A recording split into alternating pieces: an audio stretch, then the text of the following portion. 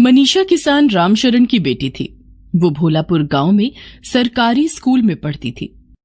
मनीषा के पिताजी रामशरण का अपना छोटा सा खेत था, जिसमें वो खेती करते और अपना अनाज साहूकार को बेचते थे। 11 साल की मनीषा अपने माता पिता के साथ खेती में उनकी मदद भी करती थी। तीनों की मेहनत के कारण उनके खेतों के अनाज काफी अच्छे होते थे। रामशरण का खेत तो काफी उपजाऊ है। अगर ये खेत मुझे मिल जाए तो मैं माला माल हो जाऊंगा। साहूकार रामशरण के खेत के कागजात पर धोखे से रामशरण का अंगूठा लगवा लेता है और खेत अपने नाम करवा लेता है। अगले दिन जब रामशरण अपनी पत्नी चंदा और बेटी मनीषा के साथ अपने खेत पर काम करने जाता है तो साहूकार के आदमी उसे खेत में घुसने नहीं देते हैं। कहाँ घुसे जा रहे हो? अपने खेत में जा रहा हूँ, फसल बुआई करनी है। तुम्हें पता नहीं है क्या, ये खेत अब साहूकार का है। तुमने खुद ये खेत उसके नाम किया है। नहीं मालिक, मैंने ऐसा कुछ नहीं किया। जो भी हो, तुम इस खेत में नहीं जा सकते, मालिक का हुक्म है। रामशरण समझ जाता है कि साहूकार ने उसका खेत हड़प लिया है। इसी तरह साहूकार ने गांव के और भी भोले भाले लोगों का खेत हड़प लिया था। गांव के लोग उसे सलाह देते हैं कि उसे थाने में शिकायत करनी चाहिए, लेकिन जब रामशरण थाने जाता है तो दरोगा साहब, साहूकार ने मेरे खेत धोखे से हड़प लिए हैं। मुझे मेरा खेत वापस दिलवा दीजिए। मेरे और मेरे परिवार का गुजारा उसी खेत से चलता है। लेकिन साहूकार रसूखदार था और उसने दारोगा को उसके खिलाफ कुछ कार्रवाई नहीं करने के लिए पहले ही पैसे दे दिए थे। तुमने अपनी मर्जी से अपना खेत साहूकार के नाम किया है, अब कुछ नहीं हो सकता। दरोगा रामशरण की बात भी नहीं सुनता है और रामशरण को धमकी देकर थाने से भगा देता है। रामशरण के साथ चंदा और मनीषा भी थाने गए थे। दरोगा की हरकत देखकर मनीषा को बहुत गुस्सा आता है। तीनों घर आ जाते हैं। तू खेत वापस कैसे लेगी बेटी? साहूकार बहुत रसूखदार है, हमारा उससे कोई मुकाबला नहीं है। पिताजी, जैसे दरोगा ने हमें हमारा खेत वापस नहीं दिलवाया, उसी तरह मैं भी दरोगा बनकर अपना खेत वापस लूंगी। मैं खूब पढ़ूंगी और पुलिस इंस्पेक्टर बनूंगी और गरीबों की मदद करूंगी। ठीक है मेरी बच्ची, तू खूब पढ़ना। रामशरण और चंदा घर चलाने के लिए दूसरे के खेतों में मेहनत मजदूरी करने लगते हैं और मनीषा खूब मन लगाकर पढ़ने लगी। उस दिन से मनीषा दिन रात मेहनत करने लगी।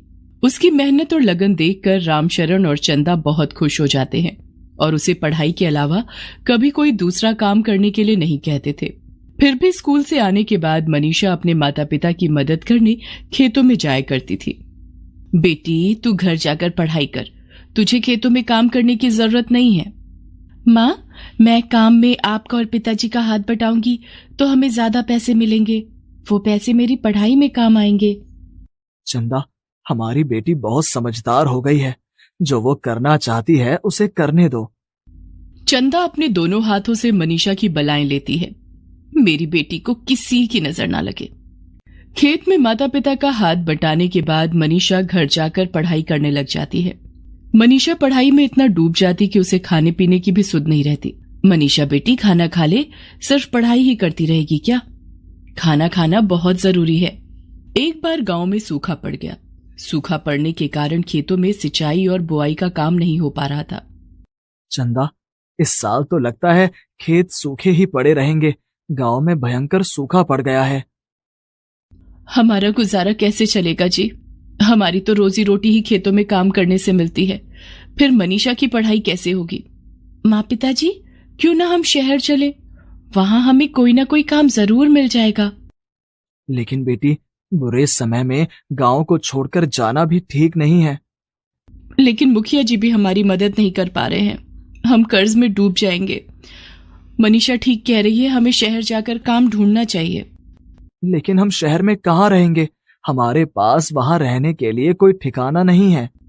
मेरा चचेरा भाई लक्ष्मण वहां रहता है। हम पहले उसके घर चलेंगे, फिर कोई और ठिकाना और काम ढूंढ लेंगे। रामशरण, चंदा और मनीषा अपना सामान लेकर शहर आ जाते हैं। शहर में वे लोग चंदा के चचेरे भाई लक्ष्मण के घर जाते हैं। लक्ष्मण, हम यहाँ काम की तलाश में आए हैं। गांव में सूखा पड़ गया है, खेतों में काम नहीं है। ठीक है, मैं एक सेठ के घर पर काम करता हूँ। मैं उनसे बात करके आप दोनों को वहां काम दिला दूंगा। तब तक आप मेरे घर में आराम से रहो। लक्ष्मण अपने सेठ से बात करके चंदा और रामशरण को वहां काम दिला देता है। चंदा सेठ के घर में साफ सफाई और रामशरण बगीचे की देखभाल करने लगता है। रामशरण मनीषा का नाम एक सरकारी स्कूल में लिखवा देता है। शहर आकर मनीषा बहुत खुश थी। माँ, शहर में रहकर मैं ज्यादा अच्छे से पढ़ाई कर सकूंगी। यहाँ के शिक्षकों और दूसरे बच्चों से मुझे ज्यादा सीखने को मिलता है। मेरी बच्ची, तू खूब मन लगाकर पढ़ाई कर और अपना सपना पूरा कर। मनीषा खूब मन लगाकर पढ़ने लगती है। धीरे धीरे मनीषा के स्कूल की पढ़ाई खत्म हो जाती है और मनीषा कॉलेज में दाखिला ले लेती है। मनीषा पढ़ने में काफी होनहार थी।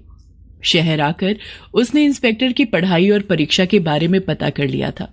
उसने बीए की डिग्री भी प्राप्त कर ली और पुलिस में भर्ती होने के लिए प्रवेश परीक्षा का फॉर्म भरा।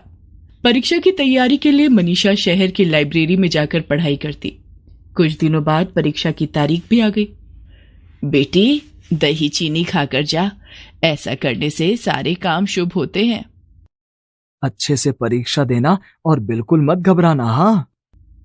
मनीषा चंदा और रामशरण के पैर छूकर आशीर्वाद लेती है और परीक्षा देने के लिए परीक्षा सेंटर पहुंच जाती है। मनीषा परीक्षा देकर घर वापस आ जाती है। परीक्षा कैसी रही बेटी? माँ, परीक्षा तो बहुत अच्छी रही। मैंने सारे प्रश्न हल कर दिए। शाबाश मेरी बच्ची। और कुछ दिनों बाद अखबार में परीक्षा का परिणाम भी आ गया। माँ, पिताजी, इंस्पेक्टर की भर्ती परीक्षा में मेरा सिलेक्शन हो गया है। चंदा और रामशरण खुशी के मारे मनीषा को गले लगा लेते हैं। माँ, बस मेडिकल टेस्ट और इंटरव्यू में भी मेरा सिलेक्शन हो जाए। वहां भी तेरा सिलेक्शन हो जाएगा बेटी, हमारा आशीर्वाद तेरे साथ है। मनीषा मेडिकल टेस्ट और इंटरव्यू में भी उत्तीर्ण हो जाती है और अब वो पुलिस इंस्पेक्टर बन जाती है। इंस्पेक्टर की वर्दी में मनीषा घर आती है, जिसे देखकर चंदा और रामशरण फूले नहीं समाते हैं। रामशरण और चंदा बूढ़े हो चले थे। माँ, पिताजी, अब आप दोनों को काम करने की जरूरत नहीं है।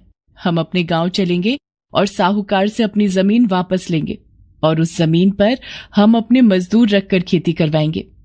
मैं शहर में अपनी ड्यूटी करूंगी और आप दोनों हमारा खेत का काम देखना। रामशरण और चंदा गांव चले जाते हैं। घर पहुंचने पर उन दोनों ने देखा कि साहूकार ने उनकी झोपड़ी की जमीन भी हड़प ली थी और वहां अपना नया घर बनवा रहा था। रामशरण शहर में मनीषा को फोन करता है और उसे सारी बात बताता है। आप वहीं रुको, मैं अभी आती हूं। रामशरण अपने पड़ोसी के घर में शरण ले लेता है। दूसरे दिन मनीषा गांव आती है और सीधा साहूकार के घर जाती है। साहूकार का गार्ड एक महिला इंस्पेक्टर को देखकर चौंक जाता है। जी, आप कौन? साहूकार को जल्दी बुलाओ, मेरे पास उसके खिलाफ गिरफ्तारी का वारंट है। गार्ड साहूकार को बुलाकर लाता है। कौन है आप? मुझे भूल गए? मैं रामशरण और चंदा की बेटी मनीषा हूं, जिसका खेत और घर तूने हड़प ली। अब चल थाने।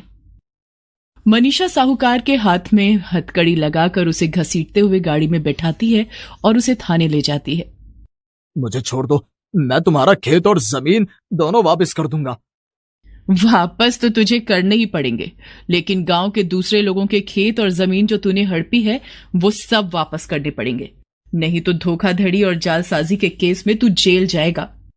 साहूकार हाथ जोड़कर बोलता है। मैं सबका खेत और जमीन वापस कर दूंगा, मुझे जाने दो। लेकिन मनीषा साहूकार की एक नहीं सुनती और उसे जेल भेज देती है। साहूकार रामशरण के अलावा दूसरे ग्रामीणों के खेत और जमीन वापस कर देता है। साहूकार को उसके किए की सजा मिल गई थी और मनीषा एक मेहनती और ईमानदार इंस्पेक्टर बन गई थी। गांव वाले मनीषा की बहुत इज्जत करते और उसे इंस्पेक्टर बिटिया कहकर बुलाने लगे। सुनीता कई सालों से सब्जी बेचने का काम कर रही थी, लेकिन इस काम से उसका और उसकी 7 साल की बेटी पिंकी का गुजारा नहीं हो पा रहा था। सुनीता के पति किशोर की मौत 4 साल पहले एक सड़क हादसे में हो गई। ससुराल वालों ने तो किशोर की मौत के साथ ही उससे मुंह मोड़ लिया था और अब मायके वाले भी साथ छोड़ रहे थे। भैया भाभी, आप लोग शहर क्यों जा रहे हो? क्यों ना जाएं हम शहर, यहां गांव की जिंदगी में रखा क्या है सिवाय जिम्मेदारियों के। सुनीता समझ गई थी कि उसकी भाभी का इशारा उसकी तरफ ही था। दरअसल उसका भाई सुरेश और भाभी कामिनी उसके घर से थोड़ी ही दूर रहते थे। सुरेश एक ढाबा चलाता था जो काफी अच्छा चल रहा था, इसलिए वो कभी कभी सुनीता की कुछ मदद कर दिया करता था। लेकिन ये बात उसकी पत्नी कामिनी को बिल्कुल पसंद नहीं थी। कामिनी के जोर देने पर ही अब सुरेश गांव छोड़कर शहर जा रहा था।